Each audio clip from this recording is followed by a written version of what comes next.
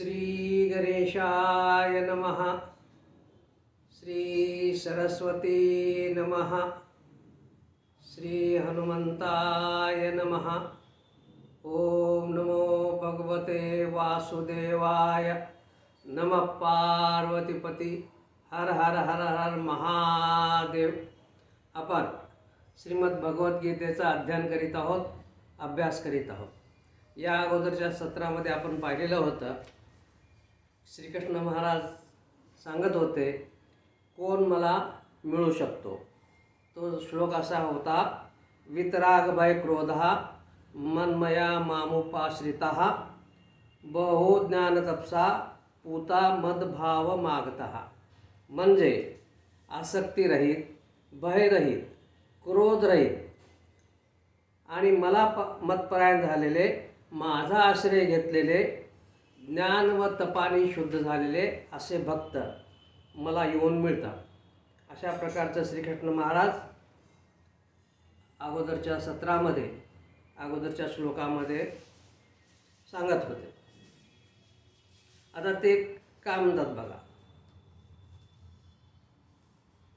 ज्ञानेश्वर महाराज ज्ञानेश्वरमध्ये काय म्हणतात, ते मदभावा सहजे आले, मी तेच ते होऊन ठेले, जे मज तया उरले पदर नाही। माझ्यात आणि भक्तामध्ये पडदा नसलेले, सहज भाव असलेले ते मीच होऊन राहिलेले आहेत। म्हणजे माझ्यात मिसळलेले आहेत आणि माझ्यासारखेच झालेले आहेत। आणि तैसे यम नियमी कडसले, जे तपोज्ञाने चोखाळले, मी तेच ते झाले एक संशो कायसा। यम नियम पाळलेले, तपाने तपश्चर्या केल्याने ज्ञान मिळवलेले अशा प्रकारचे जे भक्त आहेत ते मला येऊन मिळाले, असे ज्ञानेश्वर महाराज म्हणतात। ये यथा नाम प्रपद्यन्ते तास्थेव भजाम्यहम्। ये यथा माम प्रपद्यन्ते, जे ज्या प्रकारे मला शरण येतात, मनुष्य ज्या भावनेने मला शरण येतात, तास्तथैव भजाम्यहम्, मी त्याला त्याच्या अनुरूप फळ देतो। म्हणजे भक्त ज्या भावनेने माझे भजन करतो, माझी तपश्चर्या करतो, त्याचा भाव मी पूर्ण करतो। त्याचा सरळ अर्थ असा आहे, म्हणजे एखादी फळ प्राप्त व्हावं, एखादी इच्छा पूर्ण व्हावी, त्यासाठी अगर कोणी भक्त भगवंताची भक्ती करत असेल तर त्या भक्तीला मी पावतो आणि त्याची इच्छा मी पूर्ण करतो, असं श्रीकृष्ण महाराज सांगत आहेत। तर ज्ञानेश्वर महाराज काय म्हणतात बुवा। ज्ञानेश्वर महाराज ज्ञानेश्वरीमध्ये म्हणतात, एरवी तरी पाहे, जे जैसे माझ्या ठाई, भजती तया मीही तैसाची भजे। इथं एक फार चांगली गोष्ट ज्ञानेश्वर महाराज सांगत आहेत। श्रीकृष्ण महाराज म्हणतात, जो भक्त जशा प्रकारे मला भजतो तशाच प्रकारे मी पण त्याला भजतो। फळ तर देतो, परंतु तशा प्रकारेच तैसाची भजती तया मी तैसाची भजे, मी तशाच प्रकारे त्याला भजतो। नंतर देखे मनुष्यजात सकळ, हे स्वभावता भजनशीळ। ही मनुष्यजात जे आहे स्वभावताच भक्त आहे, भक्तशील आहे, भजनशील आहे।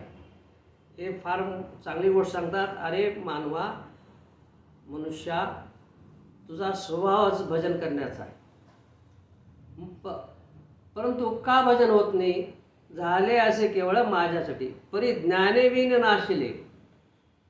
का भजन होत नाही ते आता इथं सांगत आहेत ज्ञानेश्वर महाराज, की मनुष्याचा स्वभाव हा भजनाचाच आहे, भजन करण्याचाच आहे, परंतु का भजन होत नाही, परी ज्ञाने विन नाशिले, जे बुद्धिभेदासी आले, तेनीची त्या कल्पले अनेकत्व। अज्ञानामुळं, ज्ञानेविन म्हणजे अज्ञानानं ते मनुष्य जे आहेत माझं भजन करत नाहीत। मी एकच आहे, एकटा आहे, तरीसुद्धा माझ्यामध्ये भेदभाव करतात। अशा प्रकारचे श्रीकृष्ण महाराज सांगत आहे ते ज्ञानेश्वर महाराज पण म्हणतात, म्हणून अभेदू भेदू देखती या अनाम्या नामे ठेवती. माझ्यामध्ये भेद नाही, मी एकच आहे, तरीसुद्धा भेद अभेद करतात आणि मला नाव नाही, अनाम्या नामे ठेवती. मला नाव नाही, मला नाम नाही, परंतु मला नाव ठेवतात. असं देवी देवो म्हणती अचर्चाते, म्हणजे मला देवी म्हणतात, देव म्हणतात, काहीतरी नाव ठेवतात, अशा प्रकारचे ते वायफळ चर्चा करतात. अचर्चाते, चर्चा म्हणजे बोलणे, म्हणजे वाईट म्हणा किंवा निष्फळ बोलणे, अशा प्रकारचे काही जे आहेत, ज्याचा अज्ञानाचा पडदा आहे, ज्याला ज्ञान नाही, ते अशा प्रकारचा भ्रमामध्ये राहतात आणि मला नावं ठेवतात, हे नाव ते नाव असं म्हणतात. मी अनामी आहे, जे सर्वत्र सदा सम. मी सर्वत्र आहे, सदा आहे, सम आहे. काय म्हणतात, 3 गोष्टी सांगतात बघा. सर्वत्र आहे, सर्व म्हणजे सर्व ठिकाणी आहे. सदा आहे म्हणजे नेहमी आहे, काल होतो, आज आहे, उद्या पण राहणार. आणि सम आहे, सारखा आहे. या 3 गोष्टी श्रीकृष्ण महाराज सांगतात. मी सर्वत्र आहे, सदा आहे आणि सम आहे. ते तर विभाग अधमोत्तम मती वंशे सब्रह्म विवंचती. मती म्हणजे बुद्धीचा भ्रम झाल्यामुळं हे अज्ञानी जे असतात ते मला अधम आणि उत्तम, चांगला किंवा वाईट अशा प्रकारच्या मला नावं ठेवतात, असं ज्ञानेश्वर महाराज म्हणतात. मग काय म्हणतात बघा, मग नाना हेतू प्रकारे यथाचिते उपचारे मानिले देवतांतरे उपासती. म्हणजे नाना प्रकारचे हेतू मनात ठेवून नाना उपचाराने मला भजतात. ते तर जे जे अपेक्षेती ते तैसेच पावती समजतं. परी ते कर्मफळ निश्चित ओळख तू. जशी जशी इच्छा ठेव, जी जी अपेक्षा ठेव, हे भक्त मला भजतात. मी त्यांची ती फळाची इच्छा मी पूर्ण करतो. ते तैसेच पावती समजतं. हे कर्मफळ मी त्यांना निश्चित देतो, असं ज्ञानेश्वर महाराज म्हणतात.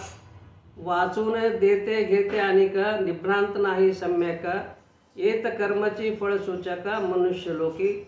जैसे क्षेत्री जे पिरजे, ते वाचून आन न निपजे. का पाहिजे तेच देखिजे दर्पणाधारे.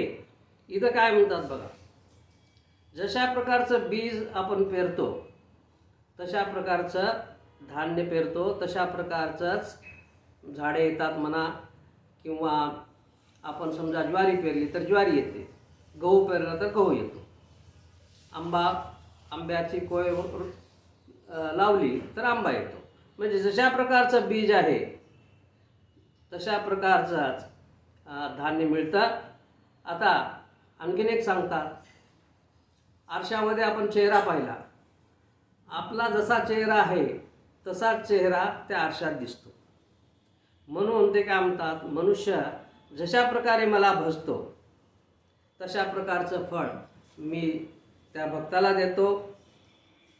आता आणखी एक म्हण आहे बघा, की देव कसा आहे, जसा भाव तसा देव. जसा भाव तसा देव असे एक म्हण आहे. आपला जसा भाव आहे तशा प्रकारचाच देव आहे.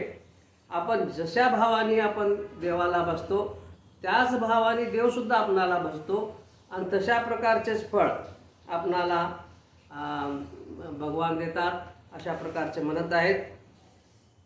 आता इथे काय सांगतात बा पुढे, माझी भक्ती का करावी, मला स्मरण का करावं, याचं एक गुपित आता या श्लोकामध्ये सांगतायत, की माझं स्मरण का करावं, माझी भक्ती का करावी, राम राम का करावं, ह्याचं गुपित इथं सांगत आहेत. यम यम वापी स्मरण भावम तज त्यन्ते कलेवरम तम तमेवेति कौंतेय सदा तद्भाव भावितः. ज्या ज्या भावाचे स्मरण करीत, ज्या ज्या भावाचं आपण स्मरण करतो आणि आपण आपलं कलेवर म्हणजे हे शरीर सोडतो, म्हणजे अंतकाळी जी भावना ठेवून आपण देहत्याग करतो, मनुष्य त्याच भावाला तो जाऊन पोचतो किंवा त्या भावाला तो प्राप्त होतो. म्हणजे अंतकाळी आपण ज्याचं स्मरण करतो पुढच्या जन्मामध्ये आपण तोच होतो. म्हणून पुढील जन्म आपला चांगला व्हावा, पुढील जन्म जो आहे चांगल्या प्रकारे व्हावा, पुढील जन्म हा आपला मनुष्यच व्हावा, प्राणी होऊ नये, अशा प्रकारची जर भावना असेल तर मनुष्याने स्मरण भगवंताचं करावं. म्हणजे आता समजा तिच्यामध्ये भागवतामध्ये एक उदाहरण येतं, एक प्रसंग आहे. भरत राजा, महाराज भरत आहे, त्यांनी शेवटी आपलं राज्य आपल्या मुलाला दिलं आणि ते वनात गेले तपश्चर्या करण्यासाठी. त्यावेळेस काय झालं, त्यांनी एक हरण पाळलं. ते जन्मापासून लहान असताना, ती कथा मोठी आहे आता सांगत नाही तेवढी, ते लहानपणापासूनच ते हरण त्याच्याजवळ होतं. मग हे भरत राजा सारखं त्या हरणाची काळजी घ्यायचा, त्याला दूध पाजवायचा, त्याला पाणी पाजवायचा, गवत हिरवं गवत चारायचा. म्हणजे सारखं त्या जंगलामध्ये ते आणि हरण हे दोघंच होते. मग सारखं त्या हरणाचं स्मरण ते भरत राजाला होतं. मग शेवटी ज्यावेळेस भरत राजाने आपला ध्येय त्याग केला, मग पुढचा जन्म त्यांना हरण व्हावं लागलं. कारण मरते वेळेस ते सारखं त्या लहान हरणाचं चिंतन त्यांच्या मनामध्ये होतं. म्हणून आपण जे स्मरण करतो मरते वेळेस, तशाच प्रकारचं ज्या भावनेने आपण भावना ठेवून आपण आपला ध्येय त्याग करतो, तशाच प्रकारे पुढचा जन्म आपल्याला प्राप्त होतो. इथं श्रीकृष्ण महाराज ते सांगत आहेत. आता एक महाराजाचं प्रवचन मी ऐकत होतो. ते महाराज फार चांगली गोष्ट सांगत होते. ते काय म्हणाले, आजकालचे आधुनिक लोक मॉडर्न काय करतात, घरी जे आहे कुत्रे पाळतात, श्वान पाळतात. आता इथं फ्लॅट सिस्टम आहे शहरामध्ये, गावामध्ये वेगळी गोष्ट आहे. कुत्रं जरी पाळलं तर तो शेतामध्ये राहतं किंवा बाहेर राहतं. परंतु इथं काय, शहरामध्ये फ्लॅट सिस्टम असल्यामुळे त्या कुत्र्याला आपण घरातच ठेवावं लागतं. मग त्या कुत्र्याची देखभाल करणे, आंघोळ घालणे, खाऊ घालणे, त्याला फिरायला घेऊन जाणे, कधी आपल्या गाडीतसुद्धा, कारमध्येसुद्धा फिरायला घेऊन जातात. म्हणजे कुत्रा हा जो सतत त्या मनुष्याबरोबर असतो. मग असं असताना ज्यावेळेस हा मनुष्य शेवट होतो आणि देहत्याग करतो, तर ते महाराज सांगत होते की त्या मनुष्याला पुढचा जन्म हा श्वानाचा मिळतो, कुत्र्याचा मिळतो. कारण आयुष्यभर तो त्या कुत्र्याबरोबर राहिलेला असतो. आता आणखीन एक आहे की आता बघा, आपणाला पण माहीत आहे, बरेच जण जे आहेत आयुष्यभर पैसा म्हणून कमवतात आणि पैशाचं ध्यान असतं. मग ते तिजोरीत ठेवतात, कशात तर ठेवतात, त्याचं रक्षण करतात, खर्च करत नाही. कमवायचं तेवढं फक्त माहीत आहे, खर्च करायचं माहीत नाही, आपल्या उपयोगाला आणावं असं नाही.